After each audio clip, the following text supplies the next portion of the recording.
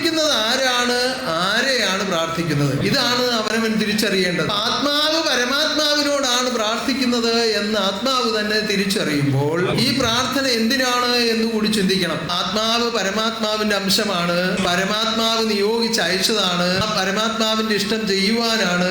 ഇതൊക്കെ പലർക്കും ഇപ്പൊ അറിയാം. പിന്നെ എന്തിനാണ് പ്രാർത്ഥിക്കുന്നത്? അതാണ് ഇപ്പോഴും പലർക്കും തിരിച്ചറിയില്ല. കഴിഞ്ഞ ദിവസം ഒരു വീട്ടിൽ നിന്ന് ഒരാൾ വന്നപ്പോൾ പറഞ്ഞു, ഇപ്പൊ മകൻ വരുന്നില്ല, അവൻ പ്രാർത്ഥിച്ച കാര്യങ്ങളൊന്നും സാധിച്ചില്ല, അതുകൊണ്ട് ഇപ്പൊ ആശ്രമത്തിൽ വരുന്നില്ല.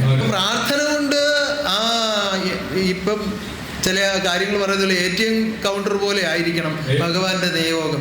കാർഡ് ഇടും, പാസ്വേഡ് കുത്തും, അപ്പൊ കൊടുത്തോണം പണം എന്ന് പറഞ്ഞ പോലെ ഭഗവാനെ നാളെ ഒരു 10,000 രൂപ ആവശ്യമുണ്ട്, തന്നേക്കണേ എന്ന് പറഞ്ഞാൽ പിറ്റേന്ന് 11,000 രൂപ കൊടുക്കണം, എങ്കിലേ തൃപ്തിയാവും. അങ്ങനെയാണ് പലരുടെയും പ്രാർത്ഥന. അതല്ല പ്രാർത്ഥന. പരമാത്മാവിന്റെ അംശമായ ജീവാത്മാവ് ആ മഹാസാന്നിധ്യത്തെ എപ്പോഴും ഓർത്തും നന്ദിപ്പെട്ടും, ഈ അനുവദിച്ചു കിട്ടിയ മഹാജന്മത്തെ ഓർത്ത് നന്ദിപ്പെട്ടും, തിരിഹിതമായി സർവകർമ്മങ്ങളും വരുവാൻ വേണ്ടിയുള്ള ശ്രദ്ധയോടുകൂടിയും ഈശ്വരനോട് ബന്ധിക്കുന്ന ബന്ധമാണ് പ്രാർത്ഥന. അല്ലാതെ ആവശ്യങ്ങൾ ഇങ്ങനെ ഇരുന്ന് വാങ്ങിക്കുന്നതല്ല പ്രാർത്ഥന. അഗതികളായവർ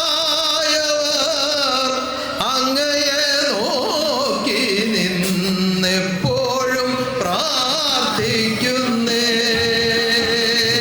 അപ്പൊ ഇന്ന് ജീവിച്ചിരിക്കുന്ന മനുഷ്യാത്മാക്കൾ പ്രാർത്ഥിക്കുന്ന പ്രാർത്ഥനയെല്ലാം അതേപോലെ നടപ്പിലാക്കുന്ന ഒരു ദൈവമായിരുന്നുവെങ്കിൽ ഇന്ന് നിങ്ങളിൽ പലരും കാണുകയില്ലായിരുന്നു. നിങ്ങളിൽ പലരും രാജാക്കന്മാരായേനെ, നടന്മാരായേനെ, സംഗീതജ്ഞന്മാരായേനെ, അതുപോലെ ഉന്നതമായ പല കാര്യങ്ങളുമായി തീർന്നേനെ. പക്ഷെ എന്തുകൊണ്ട് ആ ദൈവം ഈ പ്രാർത്ഥനയെല്ലാം നടപ്പാക്കാത്തത്? അതാണ് മനസ്സിലാക്കേണ്ടത്. മനുഷ്യജന്മമേ നിന്റെ കർമ്മഫലങ്ങൾ ഈ ലോകത്തിൽ ഈ ജന്മത്തിൻ കാരണമായി. സൽക്കർമ്മത്തിന്റെ ഫലം സന്തോഷം, ദുഷ്കർമ്മത്തിന്റെ ഫലം ദുഃഖം.